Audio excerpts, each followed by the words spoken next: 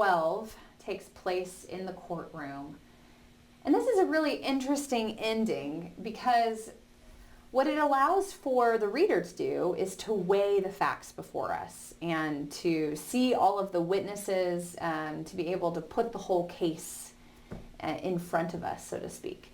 Also, we've seen God on trial throughout this narrative, right? If you kill the father figure, how does that parallel with the idea of the death of God, right, in Nietzsche's words? What does it look like for us to remove all authorities and everything be permitted? If everything is permitted, what's the point of a court? If everything is permitted, what's the point of a church? There is no authority higher than the human self. We become the man God. We get to rule our own universe. No one can judge us. How dare they judge us? And we're living in a culture that maybe this is just very familiar for most of us. We say things all the time like, how dare you judge me, or you can't judge me, or please don't judge me, as though we don't really even know who has the right to judge anyone, and we don't know how they would judge them. We also get very concerned if people are judging anything, right? To judge a moral action, to judge someone's taste, to judge someone's beauty is in the eye of the beholder, to judge beauty. We get very nervous with the idea of judgment. And how are we going to have a court deciding whether or not Dimitri's guilty if no one can judge anything? Who are the authorities? Who are the rightful judges?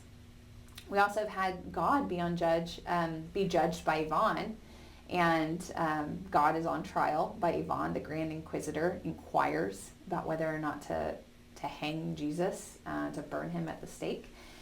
And so here we have now Dimitri, whether or not Dimitri is guilty. And so we're not going to go through all the details of the case. There's lots of witnesses that come forward on both sides. I do want to look at whether or not Yvan has done what he said he will do, which is to put the facts before everyone else and accuse Smerdyakov. And I also would like to look at the defense attorney and his final speech, because I think we get a sense of how pervasive Yvonne's ideas are when we get to listen to his speech. So Yvonne stands up in order to give information that no one else has had before. And he looks down and he hesitates and he stammers and he cannot decide. And so, of course, as readers, we are on edge thinking, is he going to actually tell that it was Smerdyakov and him that were co-conspirators in this? Or is he going to let his brother hang? 686. Yvonne then just lays the money out there and says, here's material evidence for which my father was murdered. I got it from Smerdyakov the murderer yesterday. I visited him before he hanged himself. It was he who killed father, not my brother. He killed him on my instructions. Who doesn't wish for his father's death? Whoa! And that, of course, is so indicting. It's indicting on multiple reasons. The question is asked rhetorically by Yvonne before the courtroom, right? Who dares to judge me? Who has not wished for his father's death? Who has not wanted to be his own authority? Who has not wanted to not listen to his father, to not listen to God, to not hear what God has to say about things or his father has to say about things? And so he asks this, and those of us who wanted Fyodor dead, who was not a good father and was not a good person and was not a good God figure, but also those of us who have wanted to kill any authority that didn't feel right to us, that didn't feel like they deserved to be in authority over us, and that we would have done a better job than anybody over us, right? As the Grand Inquisitor says, we corrected your work, Christ. We could have done it better. And all of us have felt that kind of moral righteousness, even when it's not righteous. Are you in your right mind? The judge says. I am in my right mind. I'm precisely in my vile mind, Yvonne says. And he turns to the public, a murdered father, and they pretend to be frightened, and he growls. They pull faces to each other. Liars! Everyone wants their father dead. Viper devours viper. If there were no parricide, they'd all get angry and go home in a foul temper. Circuses, bread and circuses, and me, I'm a good one. Is there some water? Give me a drink for Christ's sake. And he clutches his head. Whoa, so much going on here. So he's casting the crowd into the role that he saw them play in the Grand Inquisitor. They just want bread and circuses. And here the circus act is actually the accusation against Dmitri for killing his father. But you're assuming some sort of moral stance by which to judge Dmitri as though you too are not guilty in some ways of parricide in your heart. And this place of judgment and then getting to watch somebody else receive their punishment is in some ways like everyone tossing the fire at the heretics in the Grand Inquisitor poem. Yvonne asks for water, which is reminiscent of Christ being thirsty on the cross. He's suffering and says, give me a drink for Christ's sake. He doesn't say for the sake of the devil, or devil knows I need a drink. He says, for the sake of Christ, please someone give me a drink.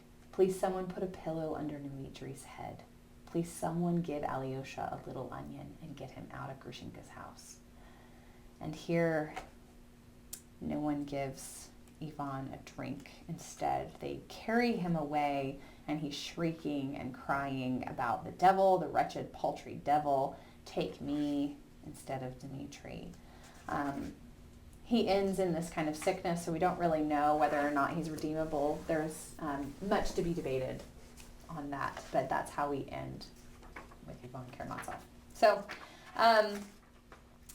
the defense attorney has such a horrible case, but what we see that happens in these last chapters in the courtroom is this idea of everything is permitted then takes over the way that the defense attorney defends Dmitri. Whether or not he thinks he's guilty is beside the point. What he decides to do is, instead of looking at the actual evidence that's there, he is circumventing everything. He uses lies. There was no money. There was no robbery. There was no murder. There was no father. He is robbing words of their meaning. We've seen over and over again this idea that if you take the meaning out of the word, right? Most words are metaphorical. They are signs that signify the thing. And what he's doing is dividing the sign and the thing and getting rid of the thing and saying they're all just signs. And we'll look at just one example because it plays into our discussion about whether there are fathers and what fathers are. If you look at 742, this is part of his speech to defend Dmitri. And he says, yes, it is a horrible thing to shed a father's blood, his blood who begot me, his blood who loved me, his life's blood who did not spare me for himself. And you hear in his rhetoric, by the way, he's playing on the pathos of his audience. He's performing for the public. He cares very little for actually defending Dmitri and is more about getting the audience riled up. Those who perform like they're on a stage, we have seen, are buffoons. They are the Fyodors. They are choosing the consumption model, the Sodom model. They are choosing the demonic. They are actors. They are liars. And he's playing this role. Oh, to kill such a father. I mean, even that. Oh, to kill such a father. Who could dream of it? Exclamation point. Gentlemen of the jury, what is a father? A real father? What does this great word mean? What terribly great idea is contained in this appellation? We have just indicated something of what a true father is and ought to be, and in the present case, with which all of us are now so involved, for which our souls ache.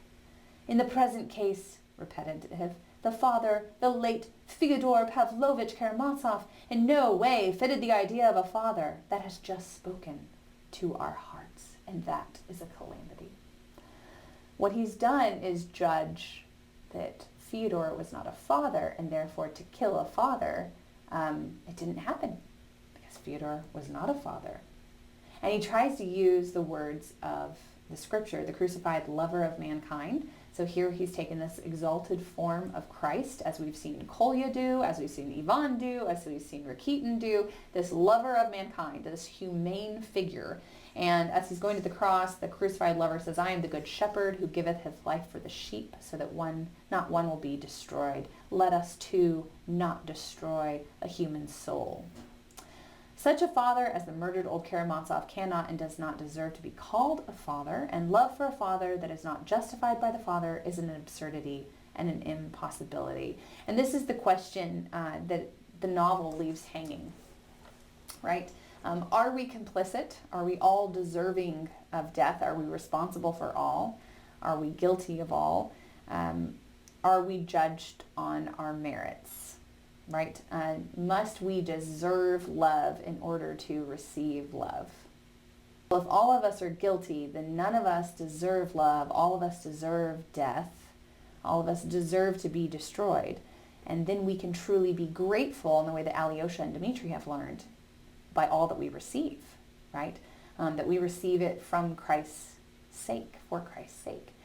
And instead we have this representative here speaking to the people and saying, let's be reasonable here. Mustn't a father only be called a father when he deserves love? He ends his speech, and everyone, rapture that burst from his listeners, unrestrainable like a storm. It was unthinkable. Women wept, men wept, and two of the dignitaries even shed their tears. Which of course horrifies the prosecutor, because he says, don't you understand? That man made no sense. We can't just say there was no robbery and there's a dead body in front of us. We have to judge someone for the dead body. Don't get carried away with the words and forget that there is truth here. There's particularity.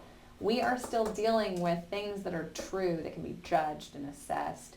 And Dostoevsky's narrator says, thankfully, the peasants overcame their emotional display and convicted Matinka. Well, they convict him and it ends there with the peasant's words, with the narrator's words, before we move on to the epilogue.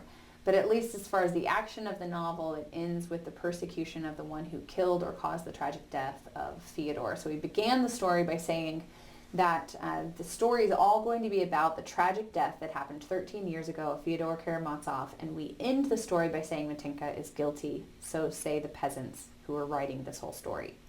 But we also had a from the author that said at the beginning that Alyosha was going to be the hero of the story, and now we're also going to be giving an epilogue, which lets us look at Alyosha almost as a prequel to the second book that Dostoevsky never got to write. But what I think is important about this epilogue, we'll look at in a second, but to consider the whole story from the author to the epilogue, rather than just consider the action of the novel, which has begun with the tragic death being intimated, risen through who could have done it, and ended with someone being seen as guilty.